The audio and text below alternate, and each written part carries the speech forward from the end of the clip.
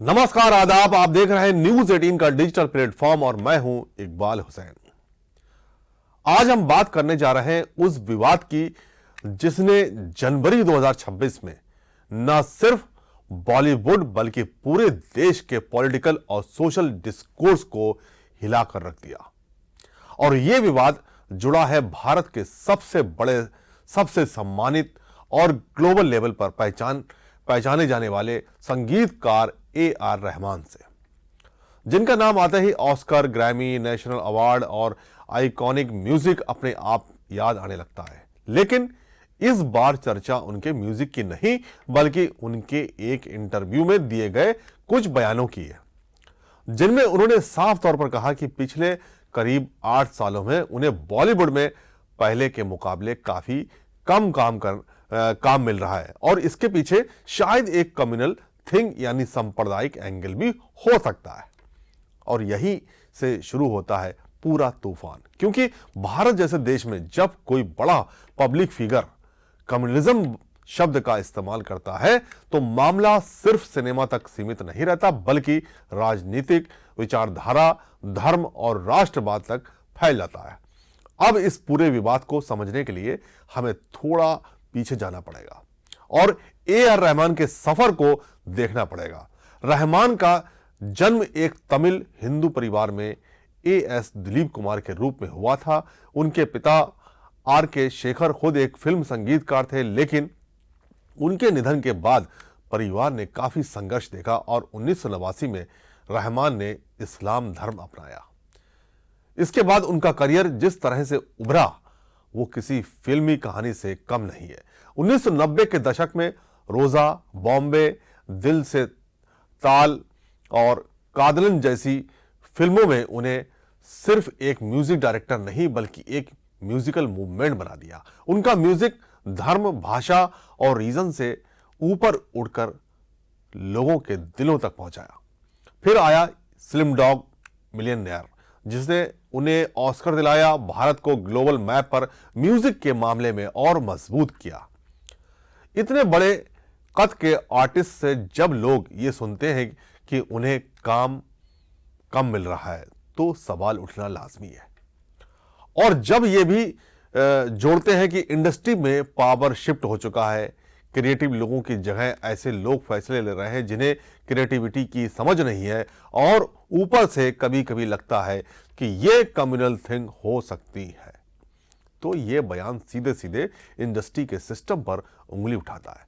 रहमान ने कहा कि 1990s में वे खुद को आउटसाइडर महसूस करते थे क्योंकि वे तमिल बैकग्राउंड से थे, लेकिन अब उन्हें लगता है कि धर्म का एंगल भी जुड़ गया है। उन्होंने चाइनीज विस्पर्स यानी पीठ पीछे कानाफूसी की बात कही, जिसका मतलब यह कि सीधे तौर पर कोई भेदभाव नहीं करता, लेकिन फैसलों में उसका असर दिखता है।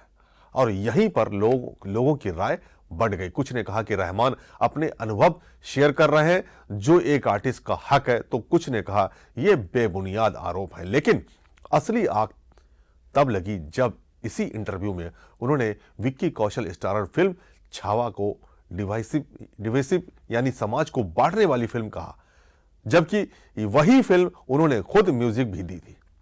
छावा 2025 की सबसे बड़ी फिल्मों में से एक थी, जिसने 700 से 800 करोड़ तक का बिजनेस किया और छत्रपति संभाजी महाराज के जीवन पर आधारित होने की वजह से इसे एक हिस्टोरिकल और इमोशनल फिल्म के तौर पर देखा गया। लेकिन रिलीज के बाद से ही इस पर आरोप लगे कि यह इतिहास को एक खास एंगल से दिखाती है और मुस्लिम कम्युनिटी को नेगेटिव स्टीरियोटाइप में पेश करती है। रहमान ने इंटरव्यू में कहा कि फिल्म में सुभान अल्लाह और अल्हम्दुलिल्लाह जैसे शब्दों का इस्तेमाल नेगेटिव सीन में करना और क्रिंज है, और यही बात बहुत से लोगों को चुभ गई, क्योंकि सवाल उठा कि अगर आपको फिल्म की टोन से दिक्कत थी तो आपने म्यूजिक क्यों किया। इस पर रहमान का जवाब था कि संभाजी महाराज की कहानी पर काम करना उनके लिए सम्मान की बात थी और एक आर्टिस्ट के तौर पर उन्होंने अपना काम ईमानदारी से किया। लेकिन उन्होंने यह भी कहा कि लोग बेवकूफ नहीं है और फॉल्स इंफॉर्मेशन से हमेशा प्रभावित नहीं होते। बस यही लाइन सोशल मीडिया पर आग की तरह फैल गई और इसके बाद शुरू हुआ रिएक्शंस का सिलसिला। सबसे तीखा हमला कंगना रनौत की तरफ से आया, जिन्होंने इंस्टाग्राम पर रहमान को सबसे ज्यादा प्रीजुडिस्ड और हेटफुल इंसान तक कह दिया।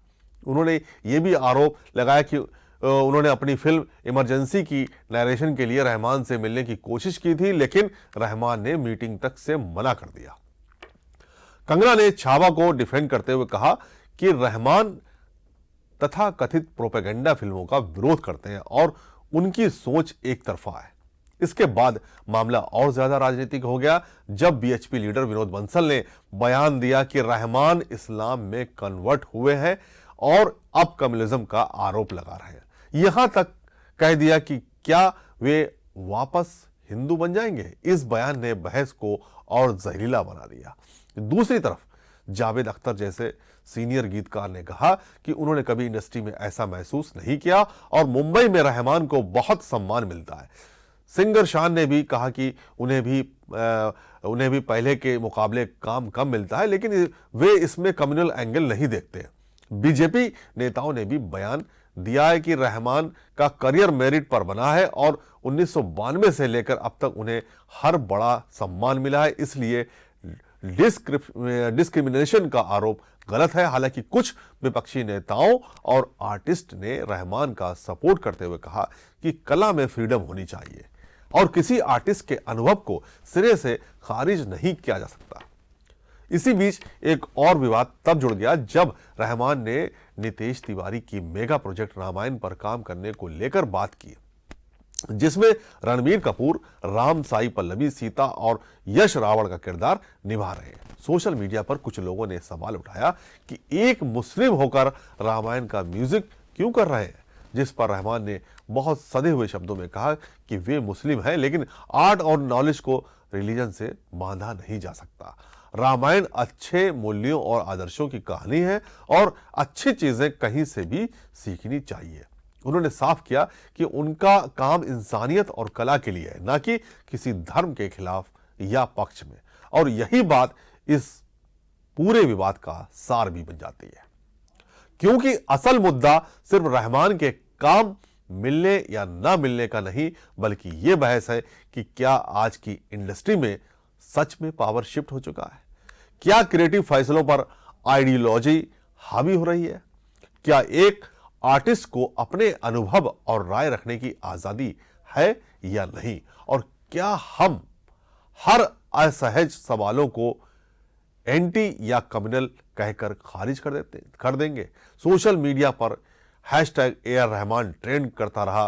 कुछ लोग उन्हें जीनियस और ट्रुथ स्पीकर बता रहे थे, तो कुछ लोग उन्हें हाइपोक्राइट और अपॉर्चुनिस्ट कह रहे थे। और यहीं से ये साफ हो जाता है कि ये विवाद सिर्फ एक व्यक्ति का नहीं, बल्कि आज के भारत में कला, राजनीति और पहचान की टकराहट का रिफ्लेक्शन है। आखिर में यही कहा जा सकता है कि AR रहमान जैसे कलाकार का बयान इसलिए ज्यादा मायने रखता है क्योंकि उन्होंने दशकों तक बिना किसी विवाद के अपनी कला से लोगों को जोड़ा है। लेकिन इस बार उनके शब्दों ने समाज की उन दरारों को उजागर कर दिया जिन पर अक्सर बात नहीं होती। अब फैसला आप पर है कि आप इसे एक ईमानदार अनुभव मानते हैं या एक बेवजह का आरोप। अपनी राय कमेंट में जरूर बताइए। अगली वीडियो में फिर मिलेंगे। जय हिंद।